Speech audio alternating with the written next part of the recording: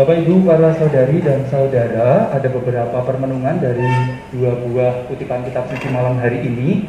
Sebetulnya yang lebih pantas memberi refleksi Mas Bram ya, karena katanya yang memilih Mas Bram, itu tuh ya, maka gitu. Jangan nanti seperti di prank nanti ya Mas. Nah, dalam bacaan Tobit dan Yohanes malam hari ini Bapak Ibu ada beberapa permenungan yang baik, tetapi juga ada beberapa informasi yang mencengangkan kita karena real terjadi dalam hidup berparoki kita di paroki Prenggolayan. Maka nanti mungkin akan sempat saya sebut satu atau dua hal yang membuat kami para katekis di paroki Prenggolayan itu sampai sakit kepala Bapak Ibu, karena terkait dengan praktek yang tertulis tadi terjadi sungguh, tetapi secara negatif Bapak Ibu. Nanti semoga sempat terungkap. Kemarin Romo yang menikahkan sudah khotbah apa saja Mas? Jadi pada saya mengulang, itu tuh ya. Bapak Ibu, ini persoalan. Apa persoalan yang ingin saya katakan? Setiap kali nikah, orang-orang yang menikah itu otomatis Bapak Ibu sebagian besar yang saya tanya berikutnya tidak ingat lagi apa khotbah yang disampaikan oleh pastornya. Mengapa coba? Karena mantenan Jawa itu biasanya persiapannya jam 4, jam 3 pagi, mantenannya jam 10 siang. Maka ketika mantenan sudah setengah merem semuanya, mantennya lelah. Maka saya titip yang pertama untuk putra-putranipun Pak Bid dan Bu Yani yang akan menikah besok. Kalau mau dandani sing cepet wae lah. Nek ijabe jam 10, mungkin dandan jam 9 gitu ya. Serius Bapak Ibu, karena setiap manten itu kalau ada pastornya khotbah, dia itu bayu-bayu benar Bapak Ibu. Ini bukan Bapak Ibu tidak mirsani ya, tapi saya yang menikahkan itu melihat orang yang matanya sudah merah. Aduh, mau memaksa senyum kok ya angel banget, tidak guyuangnya model-model itu. Maka pokoknya yang mau nikah, yang masih jopo-jopo gadis-gadis, atau yang sudah sendiri yang mau nikah lagi, dandannya yang ngerikat wae lah Bapak Ibu.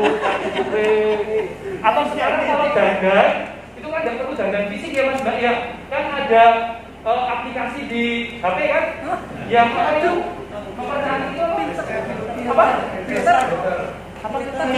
Filter mau baiklah besok ya. Pokoknya yang mau menikah besok di filter wae lah, supaya lebih berani untuk jenengan Mbak ya. Di filter saja hemat. Jadi ketika nanti diajak refleksi itu masuk gitu loh. Kalau enggak itu nanti itu pokoknya filter. Maka agak sedikit hemat Pak Bid dan Bu Yani. Pilih sendiri. Nah, yang mau saya sampaikan itu yang pertama, sekedar pengalaman saja, tetapi juga perlu kita pikirkan Bapak Ibu. Ternyata peristiwa perkawinan itu rasa-rasanya hanya sekedar menjadi upacara kalau yang menikah kemudian lelah, tak punya apa itu namanya energi lagi untuk merefleksikan peristiwa perkawinan sebagai peristiwa rohani. Jadi tidak hanya sekedar ritual belaka. Nah, di dalam bacaan itu Tobit tadi Bapak Ibu ada beberapa hal yang menarik Mas Mbak. Ini pertama, tadi diceritakan tentang Tobia jenis kelaminnya apa Mas? Laki-laki. Diceritakan tadi tentang superioritas laki-laki Tobia itu. Mengapa juga? Karena yang ngajak sembahyang laki-laki. Kenyataannya yang ngajak sembahyang perempuan. Dan ada laki-laki itu ya tidak banyak sih. Laki-laki yang ngajak doa istrinya, yuk sembahyang, pri sembah bekti. Ada suami-suami? Ada? Masih ada. Ya masih ada lah. Laki-laki langka kalau seperti ini. Tapi umumnya sembahyang itu putri. Tapi itu pula yang ingin dikatakan oleh Tobia. Ini superioritas laki-laki. Mengapa Tobia kok diceritakan mengatakan pada istrinya, Adinda, mari kita berdoa dan mohon kepada Tuhan. Mengapa coba diceritakan ini? Karena pada praktiknya kalau kita membaca komentar tentang Tobia, masyarakat zaman Tobia laki-laki tidak sembahyang. Yang sembahyang yang perempuan. Maka supaya kelihatan bahwa laki-laki itu tetap perkenanan Tuhan, maka ceritanya kan selalu laki-laki yang sembahyang, laki-laki yang memimpin dan macam-macam. Tetapi itu juga sekaligus peringatan sih Mas untuk kita semua. Maka rasa-rasanya bacaan hari ini menitipkan kepada kita satu hal. Jadi Mas, jenengan sudah jadi kepala rumah tangga, maka tugas Anda tidak hanya mencukupi kebutuhannya Mbak Ardel, nggak hanya cukup mencukupi kebutuhan fisik, tetapi juga mengajak dia sembahyang. Maka ini masih bulan Maria, maka ini masih tanggal 18, masih ada 12 hari lagi. Maka setiap malam ajaklah minimal rosario. Loh kok ditertawakan? Betul. Itu doa yang paling gampang tanpa mikir Mas. Itu kan ya, tidak perlu mikir. Maka rosario minimal jam 12, sama seperti Tobia.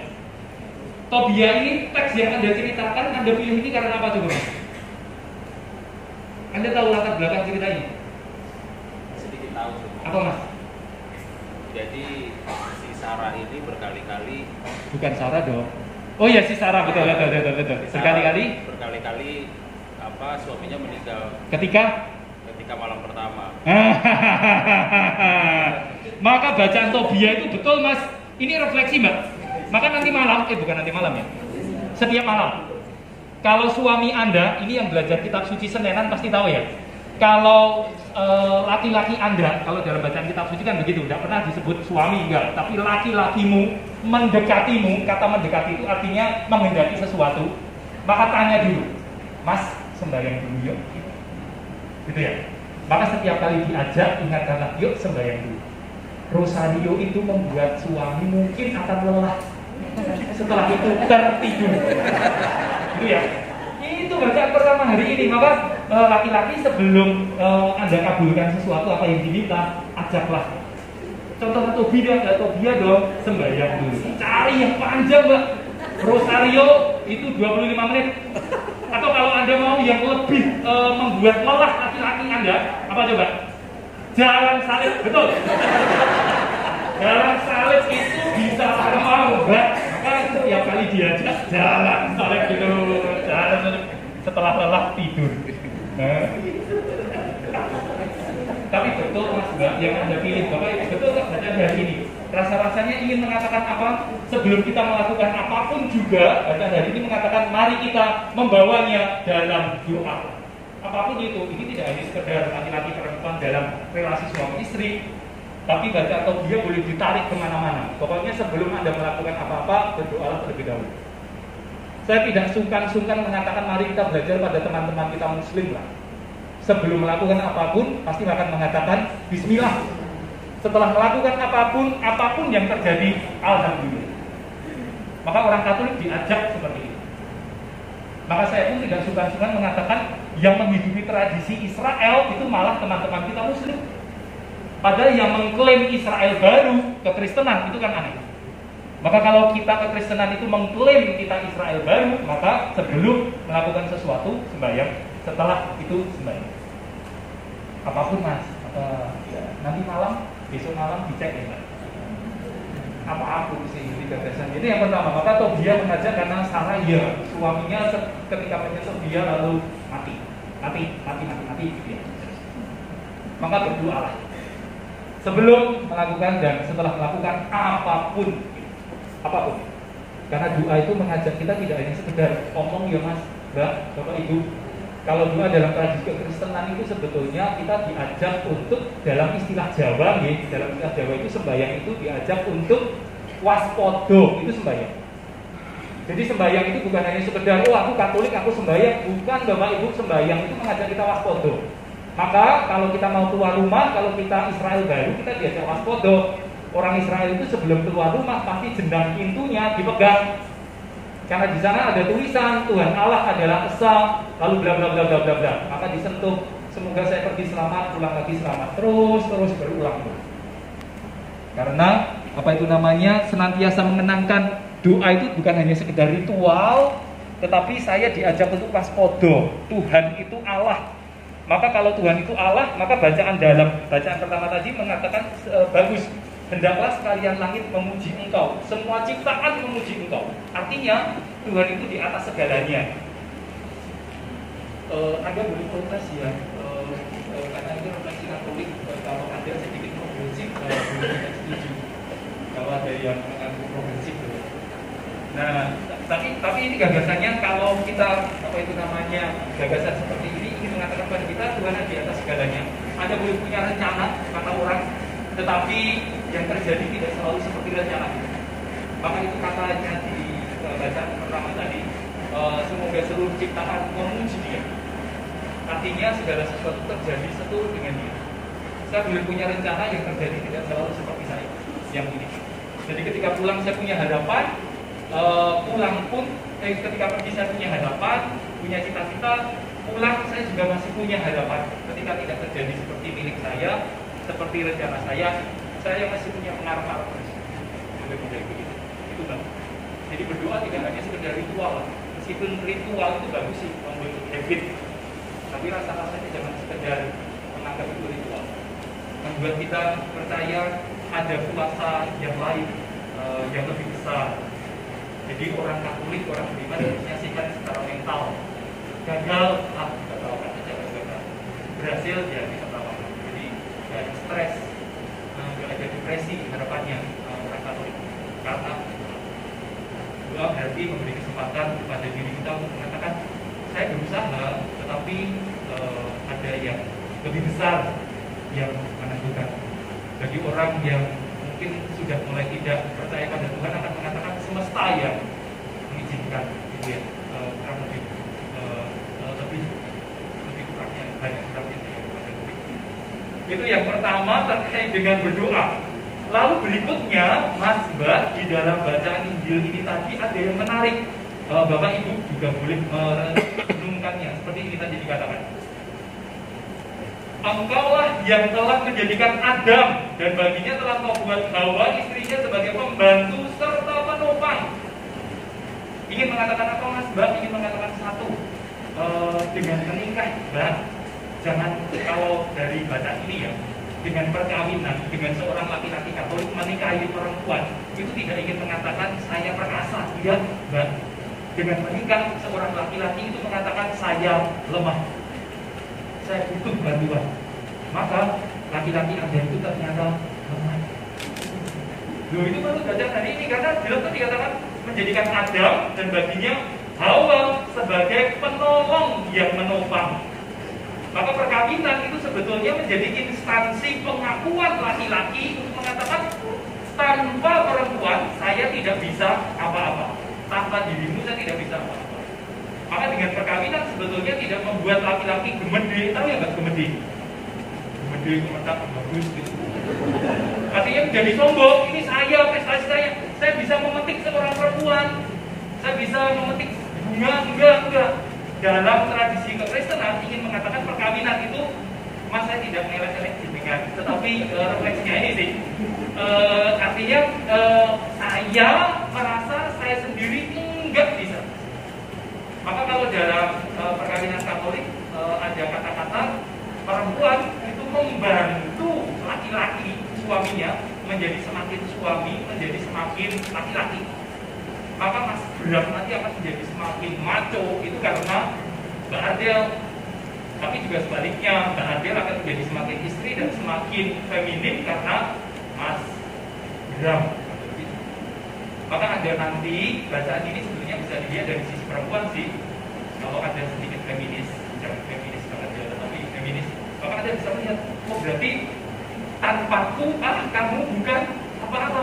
Sama seperti lagu kan, tanpamu aku hanya apa? Itu tanya gitu ya. Tanpamu aku adalah apa? Apa? Nah, ya buku kita begitu. Maka Mbak, kalau nanti dengan punya pengalaman direndahkan, Anda bisa katakan, sorry ya, tanpaku kamu hanya dirandu. Itu bacaan hari ini. Jadi Anda jadi laki-laki justru ketika Anda punya perempuan di samping Anda dijaga ke laki-lakian. Saya itu semakin bisa feminim, Mas. Mengapa tidak ada perempuan di samping saya? Maka saya kalau semakin kemayu, maka kalau Anda tahu saya omongnya semakin banyak, maka semakin feminim toh. Mengapa? Karena tidak ada perempuan ya ngomong banyak sama saya. Maka kalau ada pastor hemat bicara, dia punya femininitas di sampingnya. Maka saya nggak punya karena omongnya terlalu atas ke sana sini itu kan. Maka itu Mas Bram. Maka di bacaan kedua, bacaan pertama yang kedua mengajak kita, saya semakin laki-laki karena ada putri di samping saya semakin menjadi putri karena ada laki-laki di samping saya jadi suami karena saya punya perempuan yang membantu saya jadi suami, demikian pula saya jadi istri ketika saya punya laki-laki di samping saya. Maka itu gagasan yang kedua yang disampaikan oleh kitab Tobit. Bapak Ibu, ini bagi panjenengan yang nikahnya sudah 5 tahun ke atas, mungkin gampang sih menikah, iya memang gampang itu kata-kata. Tapi masih bisa diperjuangkan untuk perkawinan muda kan. Tapi yang sudah sepuh-sepuh koyo Sony Segi mau orangnya benar gitu ya. Maka untuk yang muda masih bisa diperjuangkan, masih logis untuk diperjuangkan. Tapi yang sudah jatuh bangun itu rasa-rasanya buat teman ya. Tapi ada masih estek lah, ya, masih estek. Semoga menjadi spiritualitas dalam kepala. Lalu berikutnya yang ketiga dalam bacaan pertama tadi dikatakan seperti ini.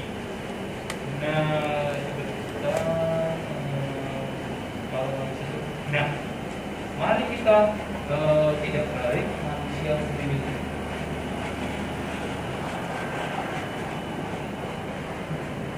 Saya buka.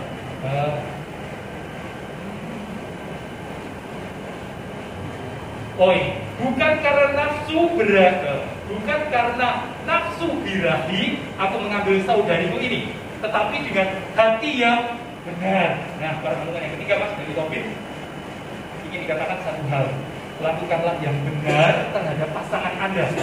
Maka meskipun di atas tadi ceritanya Tobit itu bebas ngajak sembahyang, tetapi ternyata di bawah juga dikatakan Tobit itu ternyata perlu menguasai birahinya pada istrinya. Nah, ingin mengatakan apa dalam hal ini? Mas ingin mengatakan satu hal yang dalam era kehidupan kita sekarang itu dikatakan apa ya namanya, penghormatan pada martabat perempuan. Maka saya itu beberapa tahun ini menjadi kadang-kala sakit kepala karena ada pernyataan suami itu bisa memperkosa istri. Ada pernah dengar ya? Suami itu bisa kena dakwaan memperkosa istri. Pernah dengar? Enggak? Oh enggak? Pernah ya? Nah, mantan-mantan baru pasti pernah dengar. Ada. Kapan itu terjadi? Ketika istri tidak mau melakukan apa yang dikehendaki suami, tetapi suami memaksa. Dan itu bisa dilaporkan ya ke Komnas itu. Nah, itu bacaan pertama hari ini mengingatkan itu Mas. Jadi tadi dikatakan bukan karena nafsu birahi, tetapi karena saya melakukan kebenaran. Maka satu hal yang saya titipkan terkait dengan ini, hargailah martabat perempuan yang dikatakan di akhir Tobit. Maka apapun yang Anda tersakit dari Mbak Ardel, maka komunikasikanlah itu terlebih dahulu. Minggu komunikasi yang lalu sampaikanlah dulu. Iya dong. Sampaikanlah tidak dengan BA. Aku butuh enggak, tapi langsung. Lalu kalau khusus persiapan perkawinan saya akan mengatakan begini Mas Mbak. Bapak Ibu yang sudah menikah nggak perlu tahu ya, belum tutup kuping ya. Tapi yang belum menikah boleh. Kalau dalam persiapan khusus perkawinan itu dikatakan demikian. Kalau Anda menghindari sesuatu dari istri, Anda harus minta izin baik-baik. Dan dikatakan bacaan inspirasinya dari sana. Jadi kalau tidak diberi izin, ya perempuan tetap tuduh perempuan bukan milik saya. Ketika perempuan saya nikahi, dia tidak menjadi aset saya, tidak menjadi properti saya, tapi dia tetap free, dia tetap bebas. Maka nanti sampai ke bacaan Injil, ada satu tetapi tidak penguasa, ada hanya satu tetapi tidak saling menguasai. Maka mereka tetap punya martabat juga yang perlu dihargai. Kalau Anda meminta sesuatu ya dalam tradisi asing itu mengatakan tolong, please, mudah-mudah begitu. Tapi kalau dari kebiasaan kita mungkin hanya mengatakan jupuk no wae, gawe no kopi, pucek no kaosku gitu ya. Tapi tidak ada tolong dong. Dan tolong itu bukan hanya sopan santun ya Mas, tetapi perlu dibalas juga oleh pasangan yang dimintai. Kalau yang dimintai mengatakan no, ya sudah, aku pegang, ya sudah, saya lakukan sendiri. Maka inspirasi yang ketiga, ternyata perkawinan itu tidak membuat pasangan menjadi properti, tidak membuat pasangan sebagai aset. Lalu saya bisa memperlakukan menitipkan ke sana, sini, membuatnya supaya macam-macam. Gitu ya. Itu dari kopi. Nah, yang ingin saya katakan tadi membuat kami para katekis gempar itu apa coba? Karena ternyata ada kesaksian dari anak-anak yang akan komuni pertama besok. Itu mengatakan nasihat yang baik yang direkam oleh anak-anak. Yang direkam oleh seorang anak itu mengatakan seperti ini. Laki-laki prinsipnya ini kasusnya perkawinan beda agama. Lalu anaknya menikah beda agama. Lalu ketika bapak ibunya itu dimintai restu oleh anaknya yang akan menikah beda agama, bapak ibunya itu mengatakan sederhana yang direkam oleh anak yang akan menerima komuni pertama. Yang dikatakan itu, kalau memang sudah cinta, artinya kalau memang sudah berniat menikah, maka asal laki-lakimu bisa menuntunmu, maka silahkan. Maka itu yang membuat kami tercengang, karena yang penting laki-laki bisa menuntun apapun, pokoknya kamu bisa menuntun. Maka seolah-olah mengatakan ya sudah terserah seperti apa asalkan laki-laki menuntut. Tetapi yang ingin saya garis bawahi, dalam kebiasaan kita rupa-rupanya laki-laki tetap diminta kapasitasnya untuk menuntun yang benar, sama seperti bacaan tadi mengatakan lakukanlah yang benar. Gitu Mas. Sampun cekak? Belum. Masih ada satu lagi dari bacaan Injil, Mas, Mbak, Bapak, Ibu. Nah, dari bacaan Injil tadi saya tidak akan bicara banyak, satu saja ya Mas, Mbak, Bapak, Ibu. Tadi dikatakan supaya mereka menjadi satu sama seperti kita, bukan lagi sama seperti yang dikehendaki dunia, tetapi seperti kita adalah satu. Mas, Mbak, bacaan Injil hanya menggarisbawahi satu kata, yaitu Anda dalam perkawinan dikehendaki menjadi satu. Anda tidak dimintai menjadi seragam. Kalau dalam kursus persiapan perkawinan Katolik itu selalu Anda akan diingatkan setiap manusia itu punya dua instansi, kepala dan hati. Kepala Anda tidak selalu sesuai dengan hati Anda. Apa yang Anda pikirkan mungkin tidak selalu sesuai dengan hati. Ketika menikah ada 4 instansi. Wong awake dhewe wae ora iso ngrukunke akal dan kemauan hati, apalagi merukunkan 2 kepala dan 2 hati. Maka Anda harus berpikir satu hal. Anda tidak akan pernah bisa seragam, 2 kepala 2 hati tidak akan bisa seragam. Tapi Anda perlu menyatukan itu, entah bagaimana. Caranya yang minggu kemarin komunikasinya yang benar Mas, sama seperti bacaan Tobit yang terakhir. Maka jangan pernah mengatakan, kowe kok ora iso nurut aku, enggak akan bisa Mas, Mbak. Anda nurut saya enggak bisa. Anda nurut satu sama lain enggak bisa. Yang bisa itu setiap hari Anda akan konflik, dah selesai. Anda hanya bisa berdoa semoga dalam konflik kami tetap satu, hanya itu saja. Jangan menipu diri dengan mengatakan sesuk lah awak dhewe wis dadi sak swara. Enggak, Anda berdua tidak akan pernah sesuara. Artinya kembar. Anda tidak akan pernah bisa sepikir, enggak. Anda tidak akan pernah sehati. Tetapi Anda bisa semakin menempelkan supaya ada titik temu, itu saja. Maka yang digagas adalah yuk jadi satu. Kamu mau kemana, saya mau kemana, itu mau wae lah. Kalau jangan juga, saya paling tidak suka dengan kata-kata, mungkin Bapak Ibu tidak setuju, saya tidak suka dengan kata-kata kamu harus mengalah. Enggak, ngalah itu utang. Bagi pihak yang selalu disuruh ngalah, suatu kali dia akan mengatakan, Mas, Mbak, aku kulino ngalah. Saiki mbok kowe pisan ngalah karo aku. Ngalah itu utang, Bapak.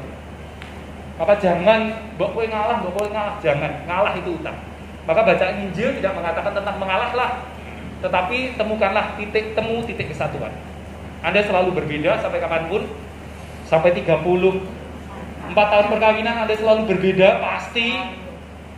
Maka selalu pikir Anda beda, jelas jenis kelaminnya beda, potongan rambutnya beda, sing siji brewokan, sing siji ora, beda Mas. Maka selalu beda. Maka jangan pernah berpikir sembahyang yo supaya awake dhewe pikire padha, enggak, Anda pikirnya beda.